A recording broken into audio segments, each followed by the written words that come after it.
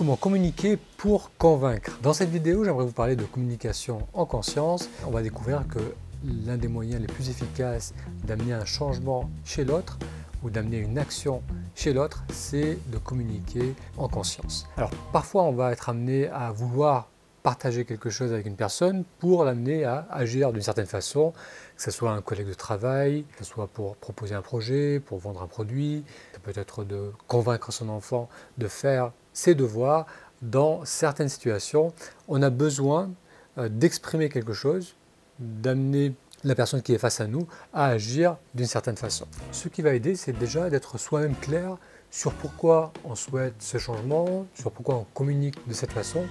C'est ressentir déjà soi-même que le résultat va être bénéfique et pour la personne et pour nous. L'autre élément qui va aider, c'est de communiquer à partir d'un état d'ouverture, d'un état où on est pleinement présent, parce que ça va nous éviter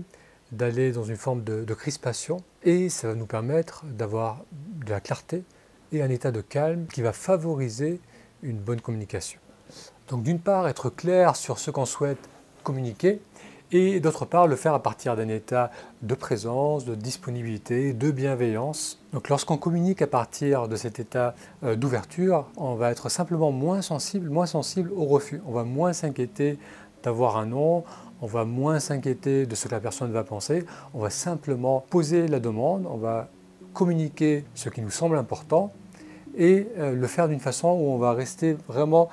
ouvert à la réponse de la personne qui est face à nous. Donc demander à partir de cet état va être beaucoup plus facile et ce que ça va permettre, c'est qu'on va pouvoir le faire aussi plus souvent parce que ça va moins nous coûter et on va moins imposer un changement chez l'autre, donc on va moins imposer aussi une résistance à l'autre. Et le fait de pouvoir le faire donc à partir de cet état d'ouverture, de présence, où on pose la chose, on propose la chose sans que cela nous affecte et sans vraiment affecter l'autre, parce que la personne va percevoir qu'on n'est pas en train de chercher un changement ou d'imposer quelque chose, et bien ce que ça va permettre, c'est qu'on va pouvoir le faire encore et encore dans différentes circonstances. Parce que bien souvent, les changements qui sont importants,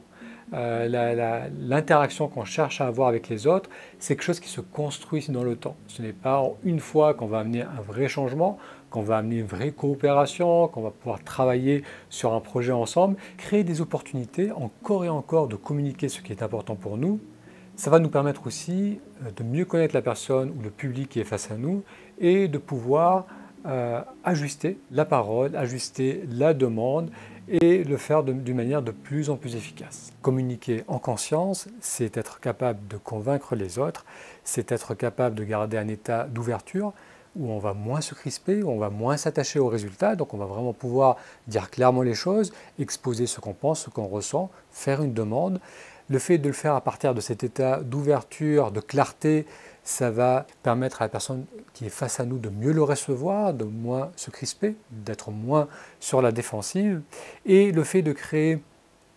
une dynamique sereine dans ce genre d'interaction va faire qu'on va pouvoir renouveler encore et encore cet échange, qu'on va pouvoir clarifier qu'est-ce qui est important pour nous, qu'on va pouvoir aussi mieux comprendre ce qui est important pour la personne ou pour le public qui est face à nous, et on va pouvoir ainsi amener le changement qui nous semble le plus bénéfique pour soi et pour les autres.